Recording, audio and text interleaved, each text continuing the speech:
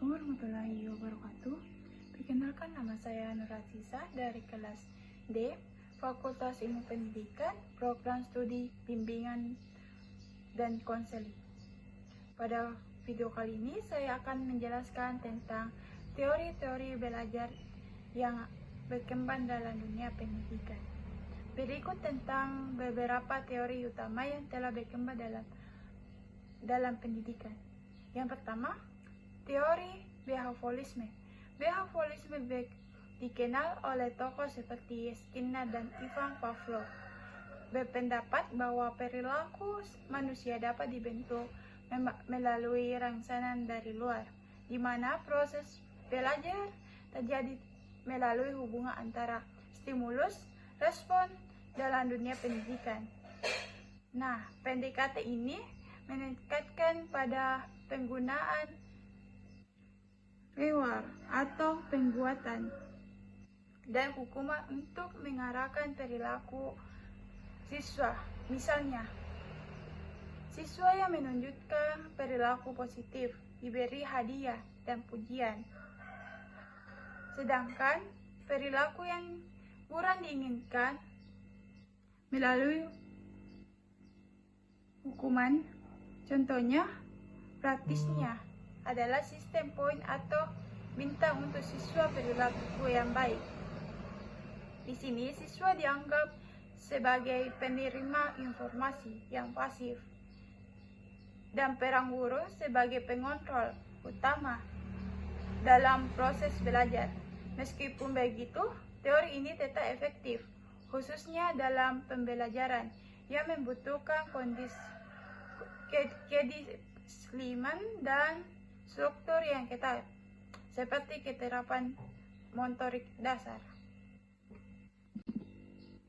Materi kedua, teori kognitivisme. Teori ini dikembang oleh tokoh-tokoh seperti Jean Piaget, Germain Bronner, dan Lev Vygotsky. Mereka berpendapat bahwa belajar adalah proses aktif yang melibatkan pengolahan informasi di dalam pikiran. Piaget diperkenalkan oleh konsep skema, yaitu struktur mental yang digunakan untuk memahami pengalaman. Fokus teori ini adalah pada proses internal seperti perhatian, ingatan, dan cara mengatur informasi. Dalam penerapan, siswa didorong untuk belajar secara aktif, terstruktur melalui alat bantu seperti peta konsep, diagram alir, serta teknik pemecahan masalah, diskusi kelompok, dan penggunaan teknologi pendidikan untuk membantu siswa mengatur dan menghubungkan berbagai informasi dengan baik. Teori ketiga, konstruktivisme. Piaget dan Vygotsky juga menjadi tokoh penting dalam teori konstruktivisme yang beranggapan bahwa siswa membentuk sendiri pemahaman mereka melalui pengalaman nyata. Menurut Piaget, pembelajaran terjadi melalui interaksi dengan lingkungan, sedangkan Vygotsky diperkenalkan oleh konsep zona perkembangan proksimal, yaitu potensi belajar yang dicapai oleh siswa dengan bantu orang lain. Dalam pendidikan, guru berperan sebagai fasilitator yang mendorong eksplorasi, kerjasama, refleksi. Metode ini project learning dan problem based learning menempatkan siswa sebagai perilaku utama yang mencari informasi, penyelesaian masalah, dan membangun pengetahuan mereka secara mandiri dan kolaboratif. Teori keempat, humanistik. Abraham dan Maslow dan Carl Rogers memelopori teori ini dengan menekankan pentingnya aspek emosional dan psikologis dalam proses belajar. Maslow mengemukakan bahwa siswa perlu merasa aman, diterima dan dihargai sebelum bisa mencapai potensi belajar tertingginya. Teori ini mendorong terciptanya lingkungan belajar mendukung perkembangan pribadi siswa, tidak hanya secara akademik, tetapi juga secara sosial dan emosional.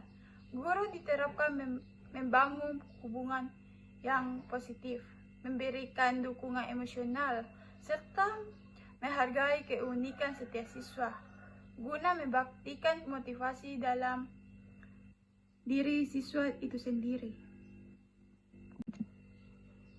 Teori kelima, teori sosial kognitif. Teori ini dikembangkan oleh Albert Bandura yang menekankan bahwa pembelajaran tidak hanya berasal dari pengalaman langsung, tetapi juga pengamatan terhadap orang lain. Salah satunya konsep penting dalam teori ini adalah self-efficacy, yaitu keyakinan siswa terhadap kemampuan untuk mencapai tujuan belajar. Dalam penerapan ini, guru menjadi panutan yang menunjukkan bahwa berpikir kritis, menghadapi tantangan, dan bersikap positif terhadap proses belajar. Ketika siswa melihat contoh nyata dari keberhasilan teman atau guru, mereka akan lebih bermotivasi dan percaya diri untuk mencoba hal-hal yang sama atau hal-hal yang baru. Yang kedua, penerapan kognitisme dalam pembelajaran. Dalam penerapan teori kognitivisme, guru berfokus pada siswa berproses dan berorganisasi informasi. Untuk itu, guru dapat menggunakan berbagai alat bantu visual seperti peta konsep, diagram alur, yang membantu siswa menghubungkan dan memahami hubungan antara konsep-konsep yang mereka pelajari.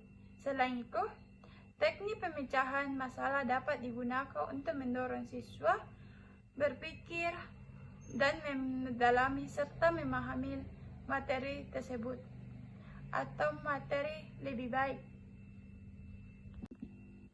Yang ketiga, penerapan konkretisme dalam pembelajaran. Penerapan kognitivisme meningkatkan pentingnya pengalaman langsung dalam membangun pengetahuan. Pembelajaran berbasis masalah dan pembelajaran berbasis proyek adalah dua metode yang banyak digunakan untuk menerapkan teori ini. Dalam metode ini, siswa diberikan tugas menantang. Mereka mengatasi masalah nyata dan menjalankan proyek yang membutuhkan kolaborasi dan pencarian solusi bersama. Yang keempat, penerapan teori humanistik dalam pembelajaran. Penerapan teori humanistik mengharuskan guru untuk menciptakan lingkungan yang aman dan mendukung, yang kemungkinan siswa merasa dihargai dan diterima. Sebagai contoh, guru dapat berfokus perhatian dan perkembangan sosial dan emosional siswa, bukan hanya pencapaian akademik mereka. Hal ini dapat dilakukan dengan cara memberikan perhatian khusus kepada siswa yang membutuhkan dukungan emosional, mengadakan sesi konseling, atau mengadakan kegiatan kelompok yang mendukung ikatan sosial antara mereka atau antara siswa. Yang terakhir, penerapan teori sosial kognitif dalam pembelajaran. Dalam teori sosial kognitif, guru bertindak sebagai model perilaku yang dapat ditiru oleh siswa. Misal, guru dapat menunjukkan cara-cara menghadapi kesulitan. Selain itu, Guru juga dapat mengembangkan rasa percaya diri siswa dengan memberikan umpan balik dan konstruktif dalam mendukung. Dalam kelas yang dapat diterapkan teori sosial kognitif, siswa dapat diberikan kesempatan untuk belajar dari teman-teman sebaya mereka melalui kolaborasi observasi, pembelajaran kooperatif di mana siswa belajar dalam kelompok untuk mencapai tujuan mereka, sangat mendukung perkembangan keterampilan sosial dan kognitif mereka. Materi selanjutnya yang saya jelaskan yaitu kurikulum dalam belajar dan pembelajaran. Istilah kurikulum berasal dari bahasa Latin yaitu curere, yang berarti lintasan atau jalur yang harus dilalui. Dalam konteks pendidikan, istilah ini menggambarkan sejumlah materi pembelajaran yang harus diselesaikan siswa untuk mencapai jenjang pendidikan tertentu. Kurikulum menurut Nasution adalah rencana berstruktur yang dirancang untuk memfasilitasi kegiatan belajar mengajar di bawah tanggung jawab lembaga pendidikan dan para pendidikan. Secara terminologis,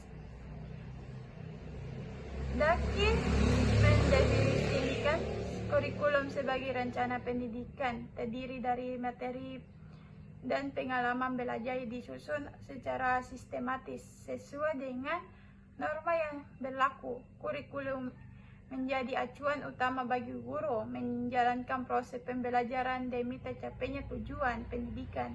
Dakin juga menekankan bahwa kurikulum tidak hanya mencakup aspek administratif, tetapi seluruh elemen yang mendukung pendidikan. Peranan dan fungsi kurikulum dalam pembelajaran. Adapun peranan dan fungsi kurikulum dalam pembelajaran sebagai berikut. Yang pertama yaitu peranan kurikulum. Kurikulum dan pendidikan merupakan dua hal yang berbeda. Dapat dipisahkan. Kurikulum menjadi padanan utama dalam proses pembelajaran di berbagai lembaga pendidikan formal. Keberhasilan proses pendidikan baik dalam penyampaian materi maupun pencapaian tujuan pembelajaran sangat bergantung pada efektivitas kurikulum yang digunakan. Yang kedua, fungsi kurikulum. Pendidikan merupakan sarana penting dalam pengembangan individu dan masyarakat. Agar tujuan pendidikan dapat tercapai, diperlukan kurikulum tepat dan relevan. Kurikulum memiliki peran sentral dalam proses pembelajaran karena memberikan arah dan struktur yang jelas. Menurut Maya Amartya, terdapat 4 fungsi utama dalam isi kurikulum. Yang pertama, fungsi pendidikan umum, memberikan dasar pengetahuan umum. Yang kedua, suplementasi, menyediakan layanan tambahan sesuai kebutuhan siswa. Yang ketiga atau yang terakhir, eksplorasi, mendorong pengembangan minat dan bakat. Selain itu, kurikulum juga memiliki fungsi spesifik sebagai berikut. Yang pertama, fungsi kognitif, meningkatkan kemampuan berpikir kritis dan memecahkan masalah. Fungsi aktualitatif diri, mendorong siswa mengenali dan mengembangkan potensi diri sesuai minat dan bakat. Yang ketiga, fungsi reproduksi sosial, membentuk individu yang mampu membawa perubahan positif di masyarakat. Yang terakhir, fungsi akademik, menyediakan wadah belajar yang sistematis agar siswa siap menghadapi tantangan zaman. Itu saja materi yang saya sampaikan. Kalau kalian merasa materi ini bermanfaat, jangan lupa like dan share-nya ya teman-teman. Ya. Sampai jumpa di pembahasan selanjutnya. Bye-bye.